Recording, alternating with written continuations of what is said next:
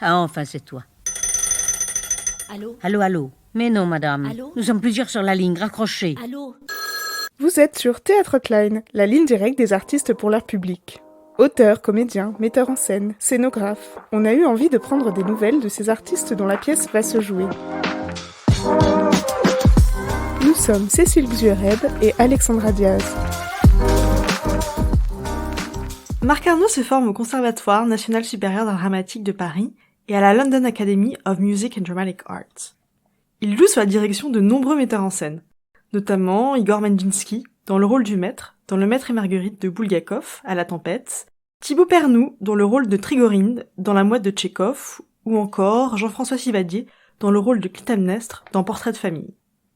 Il écrit son premier seul en scène, La Métamorphose des cigognes, grand succès du Festival Off d'Avignon en 2021, et repris aujourd'hui jusqu'au 31 mars à la Scala à Paris. On écoute le message de Marc. Alors bonjour, je suis Marc Arnaud et je vais vous parler de la création de La Métamorphose des cigognes que j'ai créée au Festival d'Avignon 2021, et avant ça j'avais fait une présentation de 30 minutes au Festival des Mises en Capsule 2019. Et puis il y a eu l'année Covid avec l'annulation d'Avignon, sinon j'aurais fait Avignon 2020.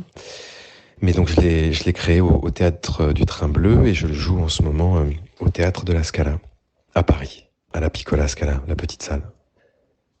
Quand j'ai créé ce spectacle, quand je me suis lancé dans l'écriture de ce spectacle, il y a bientôt 4 ans, j'étais en plein processus de FIV avec ma compagne. Et voilà, on n'arrivait pas à faire un enfant naturellement. Et puis j'ai commencé à écrire. Alors je dirais pas que j'ai écrit un journal de bord, mais je pense que j'ai commencé à écrire un peu parce que la position qui était la mienne dans ce process médical, et c'est ce que j'essaye de retranscrire dans le spectacle, c'est la position de l'homme, du donneur de sperme, on va dire, qui est qu'on n'a pas grand-chose à part faire face à un gobelet et le remplir.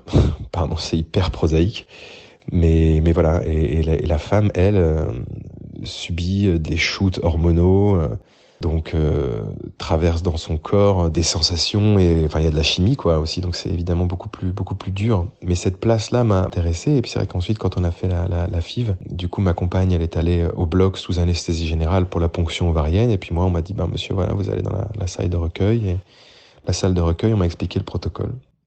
Dans ce décalage-là avec la femme qui part au bloc et qui va être sous anesthésie générale, et puis moi en pleine conscience face à ce gobelet, je sais pas si je me le suis dit immédiatement, mais en tout cas assez rapidement j'ai imaginé que j'allais en parler. Pas forcément en faire un spectacle, mais sans doute en parler. Et puis c'est vrai que dans le process de FIV, forcément ça étire le temps, et du coup la question du désir d'enfant, elle est posée à un rythme lent. Elle est soumise à plein de changements, plein de possibilités de se rétracter, de vouloir tout arrêter. Et du coup, il y a un côté un peu bilan. Et c'est vrai que c'est une chose qui est venue, en fait, un peu sur le spectacle. C'est cette espèce de chose aussi de qu'est-ce qui fait que j'en suis là, comment on se construit en tant qu'homme, comment on se construit dans sa sexualité, dans sa première fois. Moi, il y avait un truc aussi avec, dans le rapport à l'alcool, enfin, la sexualité se vivait forcément sous emprise de l'alcool. Du coup, voilà, toutes ces questions-là sont venues, je les ai retranscrites dans l'écriture. Et c'est une faute de français, je les ai retranscrites. Je les ai retranscrits, oh la vache. Et voilà, et ce spectacle est né en collaboration avec des gens que j'ai envie de remercier là, Igor Mandjinsky, Thibaut Pernoud, Aurore Paris et Jean-François Sivadier.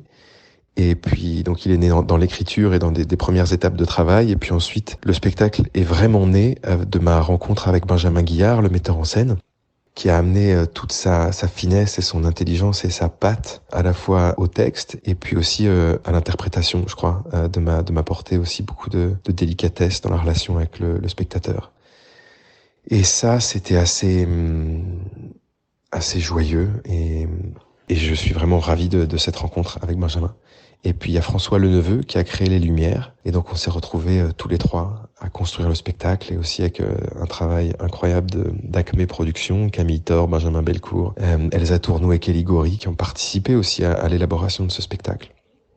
Et l'idée pour moi, très vite, ça a été à la fois de faire du théâtre, parce que j'avais envie d'un lieu avec très peu de décors et juste un tabouret et un gobelet et un acteur, et de faire travailler l'imaginaire du spectateur à bloc. Et en même temps, j'avais aussi envie de ce type d'adresse un peu que peut avoir le stand-up, c'est-à-dire une adresse directe, frontale.